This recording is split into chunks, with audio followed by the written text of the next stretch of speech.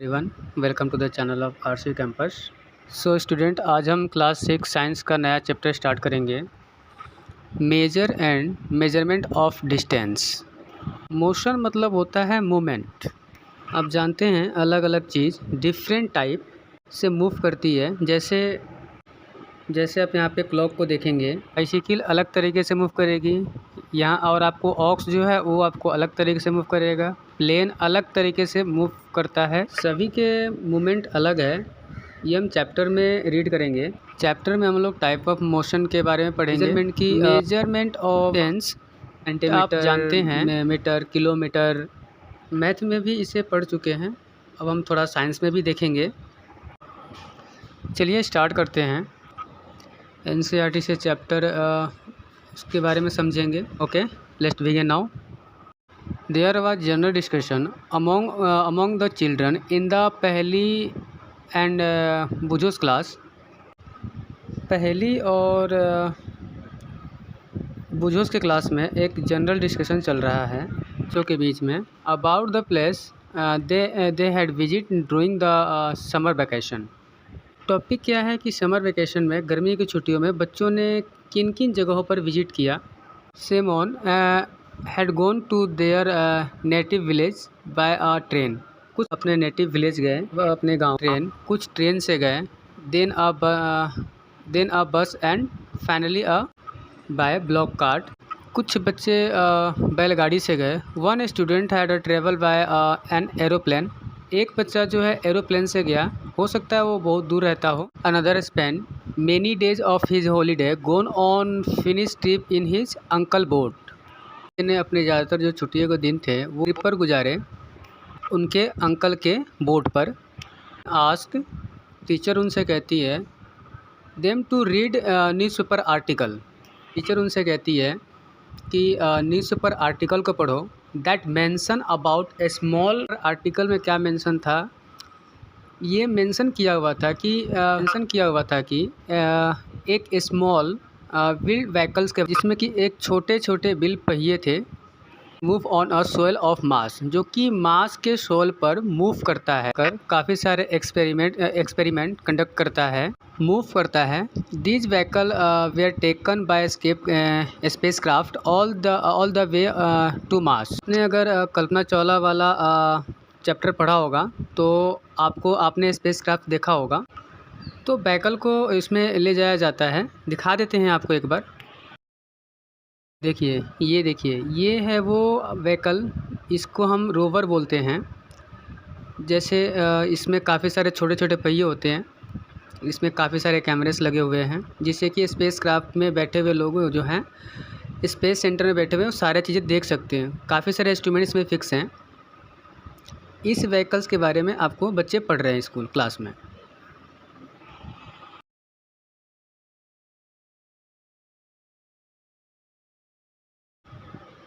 Meanwhile, उसी बीच में, पहली had been reading story about since India. पहले पुराने ज़माने में भारत में कुछ चीज़ें थी, उसके बारे में कहानी पढ़ रही है पहली।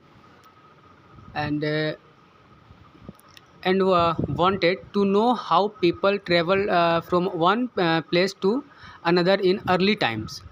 वो जानना चाहती है कि पुराने समय में, पहले प्रारंभिक समय में लोग कैसे एक से दूसरी जगह पर जाते थे, ट्रैवल करते थे। अब हम पढ़ते हैं 10.1 स्टोरी ऑफ ट्रांसपोर्ट। अगो, बहुत समय पहले, people did not have any means of transport. लोगों के पास मीन्स ऑफ ट्रांसपोर्ट था ही नहीं। They use to move only on foot and carry good on their back. की बात करें, जब तक व्हील का इन्वेंशन नहीं हुआ था, पहिए का आविष्कार नहीं हुआ था, पहले लोग एक जगह से दूसरे जगह लोग पैदल ही जाया करते थे। Later on they began to use animals for transportation. फिर उन्होंने ट्रांसपोर्टेशन शुरू किया, एनिमल से जाने लगे, यूज़ करने लगे सामान ढोने के लिए, उससे बैठ के जाने। जब लोगों के पास मीन्स ऑफ ट्रांसपोर्ट था ही नहीं, तब लोग पैदल ही जाया करते थे, बाय फुट, जब पहिए का आविष्कार नहीं हुआ था, और चीज़ों को अपने बैग पर, पीठ पर लेकर जाया करते थे। फिर उन्होंने एनिमल को टेम करना शुरू कर दिया, को यूज़ करने लगे सामान ढोने के लिए या फिर उसके ऊपर बैठकर जाने के लिए, एक जगह से दूसरी जगह जाने के लिए। एग्जांपल के लिए हॉर्स ट्रांसपोर्ट थ्रू वाटर। फिर उन्होंने एनिमल को टेम करना शुरू कर दिया एक स्थान से दूसरी जगह जाने के लिए, जैसे हॉर्स वगैरह हो गया। For transport through water route boat were use from ancient time. फिर उन्होंने वाटर के थ्रू ट्रांसपोर्ट करना शुरू कर दिया। To begin with boat were simple logs of wood in which a hollow cavity could be made. Route of boat जो है बहुत पहले से यूज़ किया जाए, पहिए से भी पहले से भी इनफैक्ट इसको बोट को, रूट ऑफ बोट को यूज़ किया जा रहा है। शुरुआत अगर करें, ऐसा नहीं कि जैसे आजकल नाव जैसा आप देखते हैं वैसी होती है।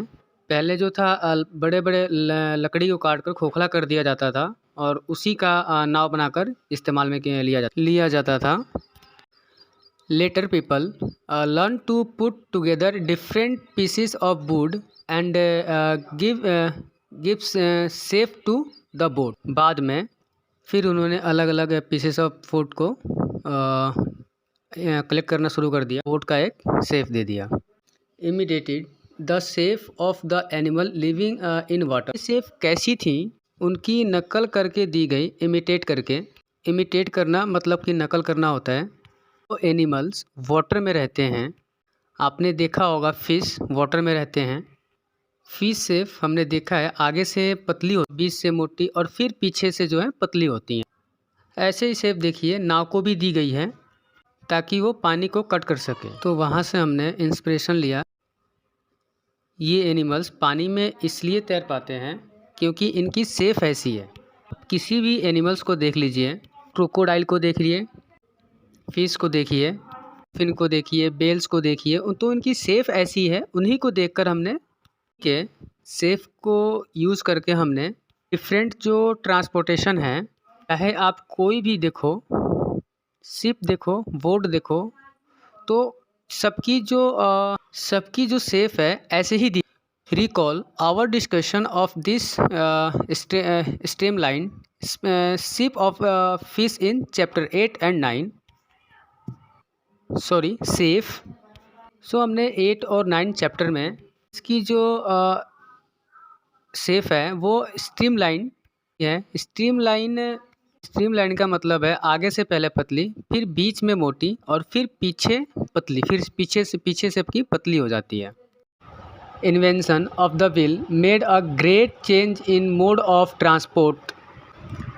बिल्कुल, जब पहिए को इन्वेंट किया गया, जब पहिए का आविष्कार किया गया, उसके बाद मोड ऑफ ट्रांसपोर्ट में बहुत चेंजेस हुए। The design of the wheel was improve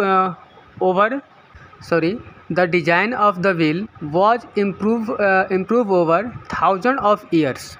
लगभग हज़ारों साल पहले जो पहिए के जो शेप जो है, डिज़ाइन जो है इम्प्रूव होता रहा। And animals were use to put cart the move on wheels. और व्हील पर जो चलते जो थे, कार्ट जो थे, उनको गाड़ियाँ जो थी उनको खींचता था। उनको कौन खींचता था, उनको कौन पुट करता था? जैसे बैलगाड़ी होगी, घोड़ा गाड़ी होगी, उनको वो यूज़ करते थे, यूज होता था। जैसे कि जो उसको खींचने वाला जो होता था वो पावरफुल एनिमल्स होते थे जो इनको खींचते थे। Until the beginning of the 19th century, people still development on animal sport and ship to transport। 19th century का बिक नहीं था, यानी कि 1800 समथिंग तक people still depended on animals boat and ship to transport them from place to place. लोग animals पर ही डिपेंड रहते थे, बोट एंड शिप पर डिपेंडेड थे अपने ट्रांसपोर्ट के लिए, एक जगह से दूसरी जगह जाने के लिए। The invention of steam engine led to the development of new means of transport. फिर डेवलप होता है स्टीम इंजन का, जो भाप पर चलता है। एक एक्स्ट्रा चीज़ आपको और बता दें, जो स्टीम इंजन जो है इसका डेवलप किया था इसको जेम्स वॉट ने। Rail road were made for steam engine even carriages and wagons, rail के जो रोड है वो बनाए गए, जो कि इंजन डिफरेंट टाइप के डब्बों को, वैगन्स जो छोटे जो डब्बे होते हैं उनको लेकर वो जाता था। आगे इंजन फिट होता था जो कि भाप से चलता था, और पीछे कुछ डब्बे जुड़े होते थे जो कि सामान लेकर जाता था। लेटर केम, उसके बाद आता है automobile such as motor cars, trucks and buses. देखा कैसे कैसे इन्वेंशन हुआ। सबसे पहले लोग पैदल जाते थे, फिर उन्होंने एनिमल्स का यूज़ करना शुरू कर दिया, फिर उन्होंने उसके बाद उन्होंने वाटर टैंक ट्रांसपोर्टेशन में लॉक को शेप दी, अंदर से खोखला करके बोट जैसे उसमें ट्रैवल करना शुरू किया, और फिर बहुत सारे उसमें जोड़कर एक बोट बनाई। देन पहिए का आविष्कार हुआ, जो आपका व्हील है उसका इन्वेंशन हुआ। फिर उसकी गाड़ियाँ बनाई गई जो कि एनिमल्स पुल करते थे, और फाइनली हमारा जो पहला इंजन है, स्टीम का इंजन जो है, उसको बनाया गया। उसको बनाया जेम्स वाट ने, और फिर उसके बाद डिफरेंट चीज़ों से अलग अलग इन्वेंशन हुए। ऑटोमोबाइल्स है उसको कैरी करते थे। Motorise boat and ship were use the means of transport on water. पानी पे जो शिप बोट चलते थे वो मोटराइज होते थे, वो आगे उसके फिट होते थे और जिससे वो चलता था। उसको आपको हाथ से नहीं चलाना होता था जैसे कि पहले के लोग चलाया करते थे, इसको हाथ से उसको करते थे। The early years of 19th century saw the development of aeroplanes. 1900 saw the development of aeroplanes. Aeroplanes कब डेवलप हुए? स्टार्टिंग के 1900 के समथिंग में। इसके बारे में भी आपको कुछ बता देते हैं। एक्चुअली 1903 में ये इन्वेंट हुआ था। ये करा किसने था? ये दो भाई थे जिनका नाम था राइट ब्रदर्स। दो भाई थे और उनका सरनेम जो है राइट्स है। दो भाई थे जिनका सरनेम राइट्स था, राइट ब्रदर्स। ये आप जानते भी होंगे, ये कई बार जीके में कई बार पूछे भी जाते हैं। फिर ये एरोप्लेन डेवलप होना शुरू हुआ। लैंड ट्रांसपोर्ट, वाटर ट्रांसपोर्ट हो चुके हैं। अब बारी आता है एयर ट्रांसपोर्ट की। This were later improve to carry passenger and goods. बाद में इनको इम्प्रूव किया गया, इसको पैसेंजर को, गुड्स को, जो सामान को जो है एक स्थान से दूसरे स्थान तक लेकर जाया जा सके। Electric train, motorail, supersonic aeroplanes and spacecraft are some of the contribution of the 20th century. 20th century मतलब 1900 से लेकर 2000 तक बहुत सारे डेवलपमेंट हुए हैं। मीन ऑफ ट्रांसपोर्टेशन में कई सारे monorail, rail electrics, supersonic aeroplanes and spacecraft, जो कि स्पेस में जाने के लिए यूज़ किए जाते थे। फिर ये सारी चीज़ें डेवलप हुई। ये हिस्ट्री है आपके मेंस ऑफ ट्रांसपोर्टेशन का। Figure 10.1 some of the different mode of transport, place them in the correct order from the early modes of transport to the most recent. Are there any of the early mode of transport that are not in use today? Okay, ये देखिए यहाँ पर इन of transport दिए हुए हैं, इसको आपको sequence पे लगाना है। सबसे पहले कौन सा डेवलप हुआ था और बाद में और फाइनली फर्स्ट ये, और सेकंड हुआ है शिप की। जैसे कि आपको बताया गया था कि पहले लोग जो हैं वाटर टैंक को ज़्यादा यूज़ किया करते थे। आपने सुना भी होगा, बहुत सारे लोग इंडिया में इसमें सब वास्को डिगामा इसमें गए थे। आई थिंक ये 4th सेंचुरी में ही ये शुरू हो गया था शिप का। तो सेकंड नंबर पे आपका शिप होगा। थर्ड नंबर पे आपका ट्रेन होगा। ट्रेन 1800 के स्टार्टिंग में ही शुरू हो गया था। ये हमने हिस्ट्री के 5th क्लास के हिस्ट्री के बुक में हमने लास्ट चैप्टर में हमने पढ़ा था इसके बारे में। हालांकि इंडिया में जो है 1815 में शुरू हुआ था, बोरीवली से लेकर साउथ इंडिया में शुरू हुई थी। तो थर्ड नंबर पे ट्रेन आता है हमारा। फोर्थ नंबर पे बाइसिकल्स हैं। 1817 में बाइसिकल का इन्वेंशन हुआ था। देन बसेस, फिर बस का हुआ था 5th नंबर पे। फाइनली हमारा एरोप्लेन्स जो हमारा 1900 सेंचुरी में ये इसका इन्वेंशन हुआ था। तो ये है करेक्ट ऑर्डर। याद रखिएगा, अगर आपके एग्ज़ाम में आता है तो आप इसको लिख सकते हैं। सबसे पहले ये था आपका बैलगाड़ी, जिसको हम बैलगाड़ी कहते हैं। फिर सेकंड नंबर पे आपका आ जाता है आपका शिप। थर्ड पे आपका बसेस थर्ड पे आपका ट्रेन हो जाता है। फोर्थ पे आपका बाइसिकल्स हो जाता है। फिफ्थ पे बसेस एंड सिक्स पे aeroplanes. 10.2 how wide is this desk. ये जो डेस्क है कितनी वाइड है, कितनी चौड़ी है और कितनी इसकी ब्रीथ है। How did people know how fire they have travelled. कैसे लोगों को पता लगता है कि वो लोग कितनी दूर वो लोग ट्रैवल करे हैं। डिस्टेंस मेजर करके, एब्सोल्युटली सॉरी, डिस्टेंस मेजर करके obviously. How will you know whether you can walk all the way to your school और whether you will need to take a bus और a rickshaw to reach your school. आपको कैसे पता लगेगा कि आप इसको स्कूल में पैदल जा सकते हैं या फिर आपको रिक्शा या फिर बसेस लेनी पड़ेगी या फिर कोई भी आपको जगह बताई जाए कितनी दूर है। आप कैसे डिसाइड करेंगे कि यहाँ पर मैं पैदल जाऊँ कि बस या रिक्शा लेनी पड़ेगी। तो वो है कि आपको डिस्टेंस आपको पता लगेगा। अगर मैं कहूँ कि यहाँ से कोई जगह है 200 मीटर के डिस्टेंस पर है या फिर 500 के डिस्टेंस पर है, तो आप कहेंगे कि हम वॉक कर लेंगे।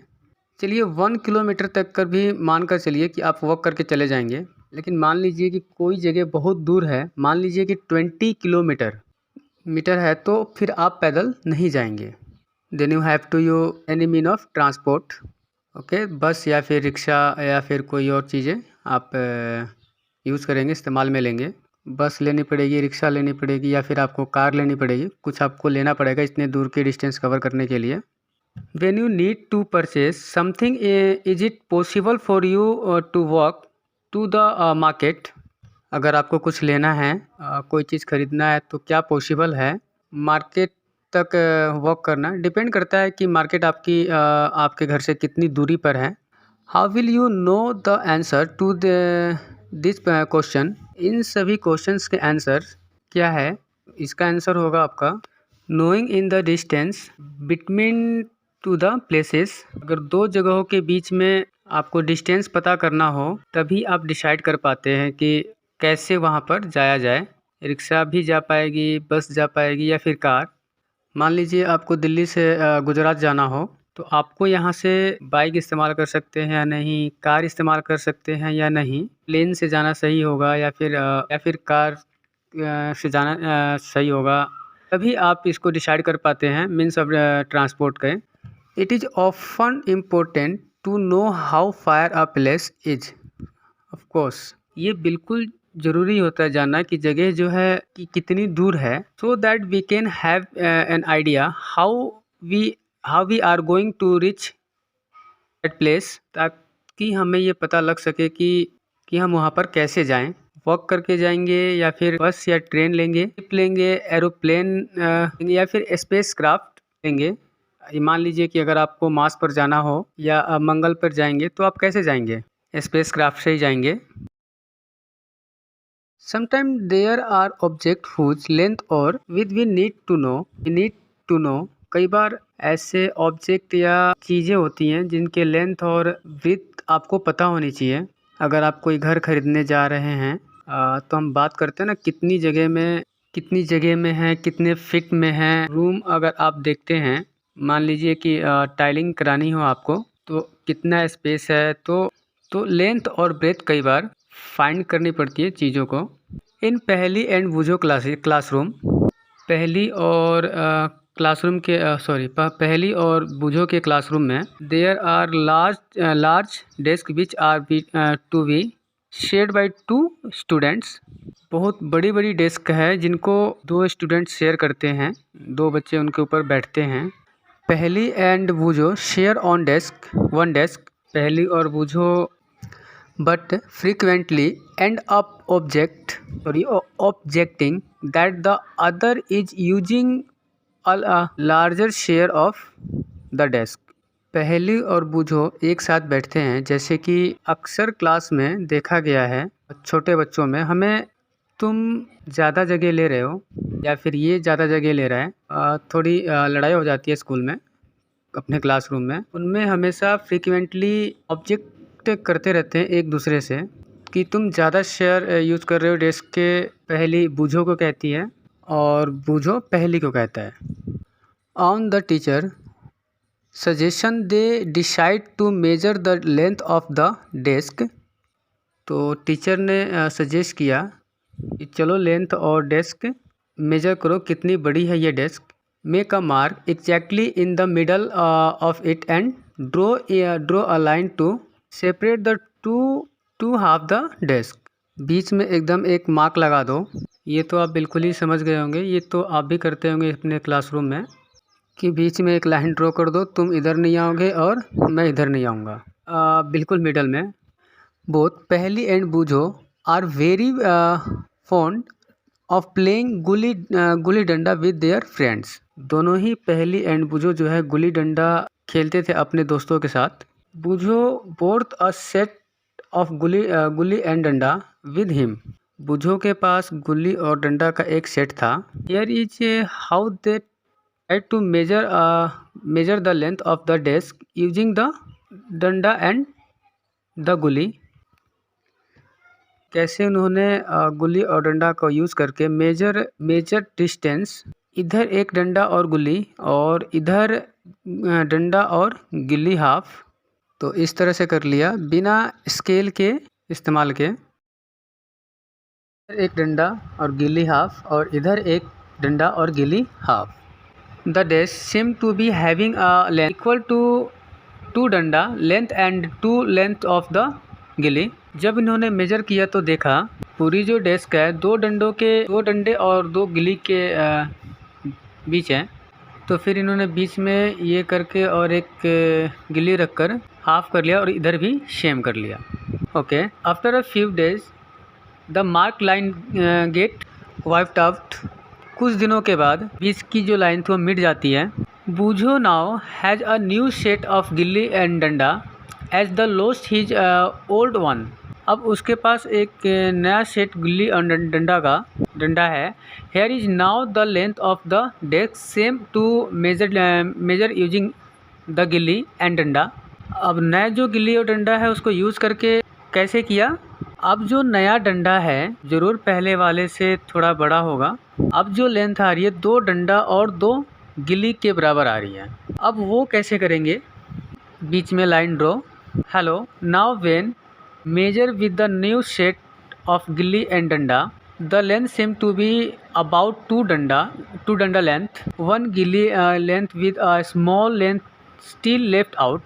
और थोड़ी सी लेंथ अभी भी बच गई है। यहाँ पर ये देखिए यहाँ तक आ गई और यहाँ पर फिर भी जगह बच गई। अब कैसे किया जाए लेंथ को इक्वल हाफ में divide. This is less than one गिल्ली लेंथ। नाउ व्हाट, ये तो गिल्ली के लेंथ से थोड़ी सी कम है, दो से कम है और एक से ज़्यादा है। तो अब क्या किया जाए। What would you suggest Paheli and Boojho do not measure the length of the. Paheli और बूझो को आप क्या सजेस्ट करेंगे। अगर क्लास में ऐसी प्रॉब्लम आ जाती है तो आई थिंक स्केल यूज़ करना ज़्यादा बेटर होगा, क्योंकि सबके पास मिल भी जाता है और इसमें एग्जैक्ट आप मेजर भी कर सकते हैं। तो हम तो यही सजेस्ट करेंगे you can use scale. Can the use a cricket wicket and ball to measure the length और do you think that these might create the similar problem. बिल्कुल दो से भी, अगर आप एक बैट लेते हैं और बॉल लेते हैं तो उससे भी सिमिलर प्रॉब्लम आ सकती है। क्योंकि कई बार दो बैट से कम लेंथ है और एक बैट से ज़्यादा लेंथ होता है, तो उसको कितना मेजर किया जाए एग्जैक्ट मेजर नहीं होगा। हालांकि थोड़ा सा आइडिया आप इसमें लगा सकते हैं कि चलो इतना कर लो डेस्क को, लेकिन एग्जैक्ट आपको मेजर करना है तो फिर स्केल ही यूज़ करना पड़ेगा आपको। One thing they could do is to take a small length of string. एक काम और वो कर सकते हैं कि धागा ले लें, मार्क 2.8 ऑन इट और उस पर 2 पॉइंट मार्क कर लें। This will be a string length. They can measure the width of the desk in string length. How can they use the string to measure distance less than the length of a string? They can fold the string and mark it into 1, 2, 1, 4 and 1, 8 string length. Now perhaps Paheli and Bujo can measure the exact length of the desk using the string. अब देखिए क्या suggest किया जा रहा है कि एक धागा लें, धागा से यहाँ से लेकर यहाँ तक पूरा मेजर करें और फिर जितना धागा है उसको तोड़ लें, आपको पता लग जाएगा कि इसकी इतनी लेंथ है, और फिर धागे को फोल्ड कर ले, इस पॉइंट से मिला के हाफ कर लें, ऐसे डबल कर लें और यहाँ से यहाँ तक मेजर कर ले, बीच में लाइन ड्रॉ कर लें। ये जो चीज़ें जो बताई जा रही हैं आपको अलग अलग चीज़ों की यूज़ करके मेजर करके, ये एक्चुअली नॉन स्टैंडर्ड मेथड है, तरीके हैं मेजर करने के। अगर आपके पास स्केल नहीं है, स्टैंडर्ड चीज़ें नहीं हैं, तो कैसे आप मेजर कर सकते हैं। कई बार आपने देखा होगा हाथों से भी मेजर करते हैं लोग, उंगलियों से मेजर करना सिखाते हैं, पैरों से मेजर करना सिखाते हैं। तो ये कुछ नॉन स्टैंडर्ड तरीके हैं मेजर करने के लिए। You would say that they should use the scale in their geometry box and solve their problem। हम भी शुरू से यही कह रहे हैं, भाई स्केल यूज़ कर लो, ज्योमेट्री बॉक्स में मिल भी जाएगा। Yes of course Boojho has been reading about the way people use the measure distance. Boojho पढ़ रहा था कि पहले लोग कैसे डिस्टेंसेस मेजर करते थे। Before such standard scale were made and he has been trying to follow different method of the measure distances। जिससे पहले स्टैंडर्ड स्केल बनाए गए थे, उससे पहले कैसे चीज़ों को नापते होंगे और वो अलग अलग मेथड यूज़ करके। There are so many occasion when we come across a need measure length and distances. कई बार ऐसा होता है हमें ज़रूरत पड़ती है लेंथ को या फिर डिस्टेंस को मेजर करने के। The tailor need to measure the length of the cloth to know if it is enough to stitch a kurta आपने देखा होगा, आप कुछ कपड़ा लेकर टेलर के पास जाते हैं तो वो मेजर करता है लेंथ को कि इसमें आपका कुर्ता या फिर शर्ट जो भी आप सिलवाना चाहते हैं वो बन जाएगा या नहीं। या फिर a carpenter need to measure the height and width of a cover to know how much wood he would need to make its door. अगर आप एक कवर दिखाते हैं या कोई अलमीरा दिखाते हैं और आप कहते हैं कि इसका मुझे एक दरवाज़ा बनाना है, तो कारपेंटर उसका लेंथ और ब्रेथ नापता है कि कितनी लकड़ी चाहिए होगी। फार्मर को ज़रूरत होती है लेंथ और ब्रेथ की, कि उसकी जो लैंड है, ज़मीन है, कि उसकी एरिया कितना है और कितना उसको बीज चाहिए होगा। जितना बड़ा खेत होगा उतना ही ज़्यादा बीज चाहिए होंगे। And how much water would be needed for his crop, और उसको एक क्रॉप के लिए कितना पानी चाहिए। मतलब डिस्टेंस को मेज़र करने के लिए, लेंथ को मेज़र करने के लिए आपको लाइफ में कई बार ज़रूरत पड़ती है, इसलिए चैप्टर आपको मैथ के और साइंस में भी दिया हुआ है। सपोज़ करिए you ask how tall you are, आपसे पूछा जाए कि आपकी हाइट क्या है। You want to tell the height of a length of straight line from the top of your head to the heel of your feet. आप ऐसे ही करते हैं ना, अपने सर के बिल्कुल ऊपर से, बिल्कुल टॉप पॉइंट से अपने पैर के टोए तक, अंगूठे तक खुद को मेजर करते हैं। How long is this room, ये रूम कितना बड़ा है। How wide is this desk, ये डेस्क कितनी चौड़ी है। दिल्ली लखनऊ से कितना दूर है। मून अर्थ से कितना दूर है। ऐसे कई क्वेश्चंस हमारे पास आते हैं जहाँ पर हमें डिस्टेंस का कॉन्सेप्ट पता होना चाहिए।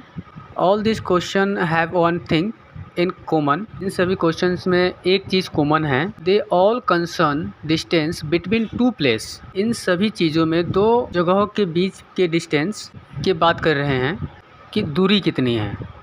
The two places many be close enough, दो प्लेसेस पास में भी हो सकते हैं और कुछ दूर में भी हो सकते हैं। Like the two end of a table, अगर आपको टेबल की लेंथ नापनी है तो यहाँ से यहाँ तक टेबल छोटी डिस्टेंस होगी। बहुत दूर भी हो सकते हैं, जैसे कि जम्मू एंड कन्याकुमारी, इंडिया के बिल्कुल नॉर्थ और साउथ पॉइंट है। जो just do a few measurements to see what exactly we need to do. कुछ और चीज़ों को मेजर करते हैं जिससे कि पता लगे कि एक्चुअली में हमें करना क्या है। Work in group and each of your you do this, group में काम कीजिए, activity 1 by 1 using on your foot as it unit of length. आपको अपने फुट को यूनिट ऑफ फुट की तरह यूज़ करना है। यहाँ पर जैसे कि मैंने बताया नॉन स्टैंडर्ड मेथड दिए हुए हैं। आपको अपने क्लासरूम का लेंथ अगर नापना हो, मेजर करना हो, ब्रीथ मेजर करना हो, लेंथ मेजर करना हो पैरों से, तो एक बार आप चल के जैसे चाहते हैं चल कर जाएंगे, जितना चौड़ा आपका खोल सकते हैं अपने पैरों को। 1 2 3 4 में मान लीजिए आप पूरा हुआ तो 4 फुट में हो जाएगा आपका ये 4 लाइन लेंथ में। और अब फिर बाद में दूसरा बच्चा मेजर करेगा, मान लीजिए वो थोड़ा बड़ा है तो वो आपका 3 फुट में पूरा कर लेगा। 3.5 में मान लीजिए 3.5 में मेजर कर लेगा वो। एक बच्चा बहुत छोटा है, उसको 5 टाइम चलना पड़ेगा लेंथ को मेजर करने के लिए। ओके, एक तो आप ऐसी चीज़ों को मेजर करते हैं पैरों से, एक हैंड स्पैन से करते हैं। अपने हाथ को पूरा खोल लीजिए, अंगूठे से इस उंगली तक की दूरी, बीच की डिस्टेंस जो है उसको हैंड स्पैन कहा जाता है। आपको मान लीजिए टेबल नापनी है, क्लासरूम का डोर नापनी है, तो कई बार आप हैंड स्पैन से भी कर लेते हैं। लेकिन इन तरीक़ों में प्रॉब्लम क्या है, क्यों नहीं हम इन्हें अपनाते हैं कभी भी डिस्टेंस मेजर करने के लिए? क्योंकि ये नॉन स्टैंडर्ड है, हर पर्सन के लिए डिफरेंट। कोई बड़ा आदमी होगा तो उसका अलग आपका, कोई बड़ा आदमी होगा तो वो अपने 2 हैंड स्पैन में मेजर कर लेगा। कोई छोटा बच्चा होगा उसको मेजर करने के लिए 4 लगेंगे। तो इसमें सभी का आंसर डिफरेंट आता है, एग्जैक्ट यूनिट नहीं है ये, इसलिए इसको नॉन स्टैंडर्ड मेथड कहा जाता है। हालांकि आप इन चीज़ों से डिस्टेंस को मेजर कर सकते हैं। Okay, we see that measurement means that comparison of an unknown quantity with some no quantity. This no fixed quantity is called a unit. The result of a measurement is expressed in 2 parts. जो result है वो 2 part में लिखा जाता है। एक तो number होता है और उसके पीछे यूनिट लिखी जाती है। जैसे कि ने ये चीज़ें नापा, 2 हैंड स्पैन आया आपका 2, तो आप लिख देंगे यहाँ पे 2। तो खाली आप यहाँ पे 2 लिख कर तो नहीं छोड़ देंगे, इसके पीछे भी आपको कुछ लिखनी पड़ेगी। क्योंकि 2 क्या, 2 हैंड स्पैन, 2 फुट, 2 फिंगर्स, उसके पीछे हमेशा एक यूनिट भी लिखी जाती है, जिससे कि पता लगे कि कैसे आपने मेजर किया। 2 सेंटीमीटर, 2 मीटर, 2 किलोमीटर, है ना। तो 2 तरीके से डिस्टेंस लिखा जाता है, आगे एक नंबर होता है और पीछे आपकी यूनिट होती है, हैंड स्पैन्स।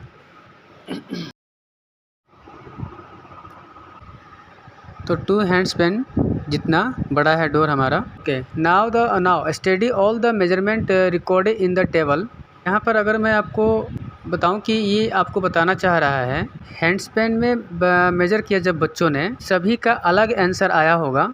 ये ज़रूरी नहीं है कि पूरी क्लास का उतना ही आंसर आया होगा। किसी का 3 हैंड स्पैन आया होगा, किसी का 4 आया होगा, किसी का 5 आया होगा, या 4 फुट या 5 फुट रहा हो। The length of the foot many are slightly different for all the student. सभी स्टूडेंट का लेंथ और फुट जो है डिफरेंट होगी। Therefore, when you tell your measurement using your hand span or length of foot as a unit to other, जब आप length और foot में या लेंथ स्पैन में और हैंड स्पैन में डिस्टेंस बताते हैं, they will not be able to understand how big the actual length is. आपको पता ही नहीं लगेगा एक्चुअल लेंथ इसकी कितनी बड़ी है। अगर मैं बोलूँ 2 हैंड स्पैन, अब ये 2 हैंड स्पैन में आप ये नहीं बता सकते कि ये किसका हैंड स्पैन, एक छोटे बच्चे का है या बड़े का है या खली का है, तो बहुत ज़्यादा डिस्टेंस होगी।